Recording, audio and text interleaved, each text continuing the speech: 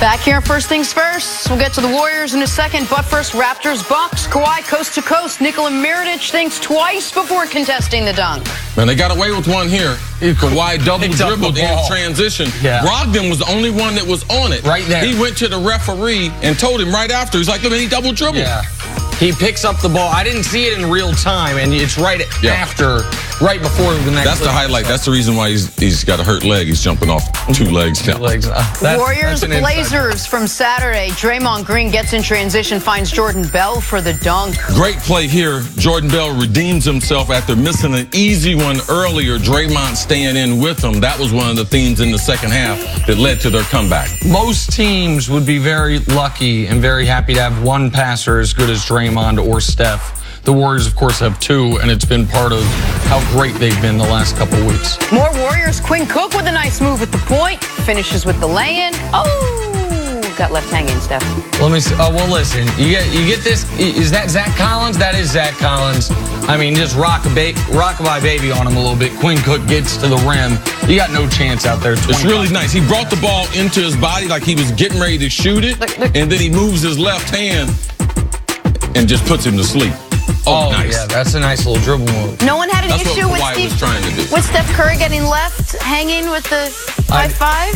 Stresses Steph can me be out. a little corny on the bench. When you go for the high five, you get left hanging. Sticking with the Warriors, Blazers, now Steph Curry, as mentioned, has been the star since KD went down, but it was Draymond Green's triple-double, which allowed the Warriors to take down the Blazers in Game 3, 110-99 your final. 20 points, 13 boards, 12 assists for Draymond, his 7th career playoff triple-double, 3rd of this postseason, I believe all on the road, if I'm not mistaken. Series now all but over as the Warriors lead 3-0. All 3 games, mind you, without KD.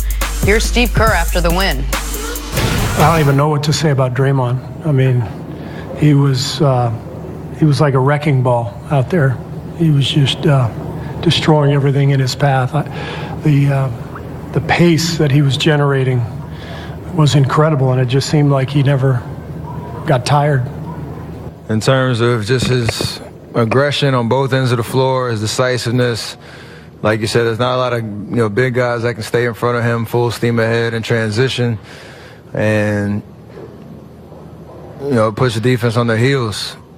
And then on top of that, he's making so many plays on the defensive end. So a lot's been said about his game as of late, and he's continued to take it up a notch.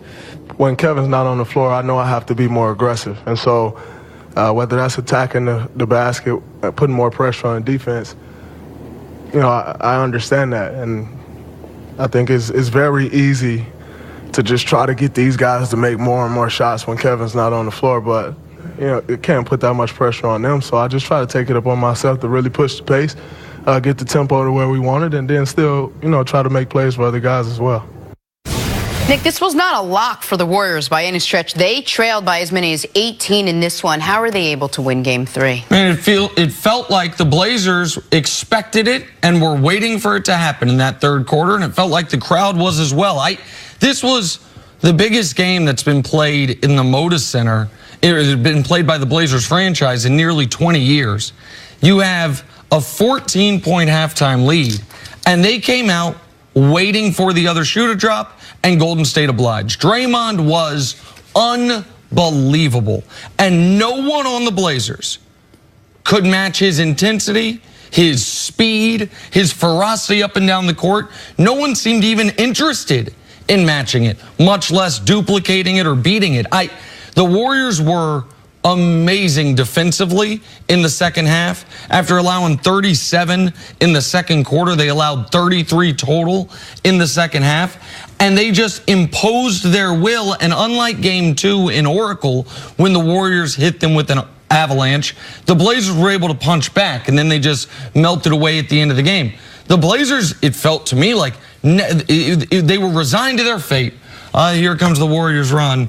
Draymond's running the fast break of point guard. Steph, Draymond pick and roll. What are we going to do?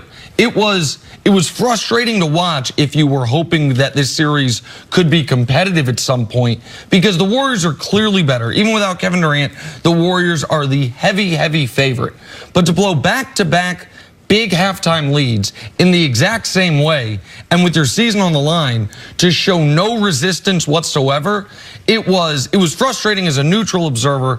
As a Blazers fan, I think you'd have been pulling your hair out. The Warriors are a great basketball team. I didn't look at it the same way Nick did as far as Portland waiting for it. Golden State initiated. In the third quarter, they changed the pace of the game. And this is what Draymond Green is a great basketball player. And we should expect the team that still has 3 All-Stars, the team that has, and we got Isaiah Thomas coming later, a team that has the best backcourt in the history of the NBA. Like, they're a great basketball team, even without Kevin Durant. So let's not forget that. Draymond Green took over, though, in the third quarter because sometimes the Warriors, they do struggle in their half-court offense. So what does he do? He initiates the offense before the defense can get set up. So he can either push the pace because he rebounds and he gets the ball. He doesn't need anyone to outlet to him. And what it does is it allows the other role players to get easier shots. And if they don't get easier shots, Bell in the highlights and other guys that Draymond was finding, then the secondary break, Steph and Clay, you lose them. So this is just another way that the Warriors through the years have operated their offense. They don't need to call a play. Draymond, get it off the board, push it down the court, try to make something happen, and then that secondary break, you got 2 of the best shooters all time coming up, and typically one of those guys will get lost. So they either get a good offensive look at it through the role players, through Draymond running the offense, or Steph and Clay after that. There's a good chance they'll be without Iggy. I think he's questionable with a sore Achilles. Are you worried about depth for this team, at least with the starters, without Boogie, KD, Iggy? For the NBA Finals, sure, but for the rest of this series, no. I mean, they could lose tonight, but it doesn't. The Blazers had multiple opportunities to make this a series, and their offense has gone to die. Like, it's one thing for the Warriors with Draymond pushing the pace like that to score 57 in the second half. That's going to happen. To score 33 yourself, 13 in the third quarter, which was as big of a quarter as you've played all season, to not be able to adjust. What the Warriors are doing defensively is not complex. They're trapping Dame out near half court, which can present an advantage for the Blazers offense. If he makes the play, they have a 4-on-3 at least temporarily, or a 3-on-2 depending on where people are on the court. He's not making the play, and when he does make the play, he's not giving it to a guy like Draymond Green, who is a point forward, who can then make the next play themselves. So no, I'm not worried about the Warriors for this series. If Iggy were going to miss time in the finals, I'd be worried, but that's not going to happen. Yeah, I'm worried about it, Jenna, because ultimately, how many starters can you lose? So they lost 3 starters. All right, you can only go to the bullpen so much. So for me, just like Damian Lillard, in game number 2, he's suffering right now from a torn rib cartilage. Yep. You know the reason why? He fell on the basketball. Kevon Looney fell right on top of him. But now you play another game. So every time, what I think he's missing here is every time you go out there, you got the opportunity to get hurt. Now we see the other series is at 2-1. Now they're shorthanded with Iguodala. They could be closing. If Iggy was healthy, I'd be like, man, they're going to close him out tonight. Like, it's a wrap. But now, how many more games? How many more extra minutes? What if Clay gets nicked? What if Steph gets nicked? Because now they have to guard the primary ball handlers. And Iguodala was taking that job away from them. And that's the hardest job to the Warriors defensively, to be able to guard Dame. And what Iggy does to him, he presents a lot of problems. So, yes, I am worried. They're down 2 starters. Now they're down the 3rd starter. Who else can afford to get nicked? It was something I said last week. Like, this is not only about this series, but it's about those minutes that every guy is going to play. Now, the finals, there's a set date. Right. So the Warriors want to be able to get this over with as soon as possible. I just think they have less chances of doing it tonight because Iguodala is their best perimeter defender. Well, and maybe I am not taking Iggy's injury as seriously as you guys are. He had an MRI. It came back clean.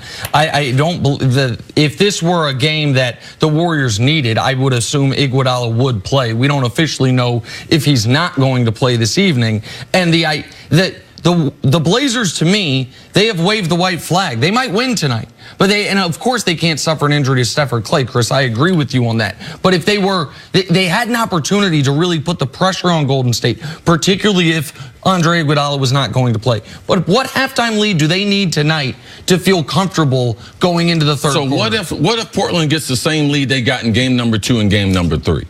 And without Iggy on the court, Golden State could be like, you know something, man, we'll get to game number 5. So now you got to play in extra game. I just know the wear and tear on each person from an energy standpoint, from a mental standpoint. Yes, they're in control of the series, but they're also down 3 starters. And I just believe it's very, very important for us to continue that. If Andre Iguodala, he's one of the great pros that we have. If he can't play, it's because he's forced off the court. All right, a former MVP of the finals, you want him on. He's been their best defender, and he's the reason why Damian Lillard has had a very poor series. All right, Boogie Cousins, Kevin Durant, now maybe Iggy. We will see. Coming up, speaking of KD, why is Durant upset with Steve Kerr? That's next on First Things First.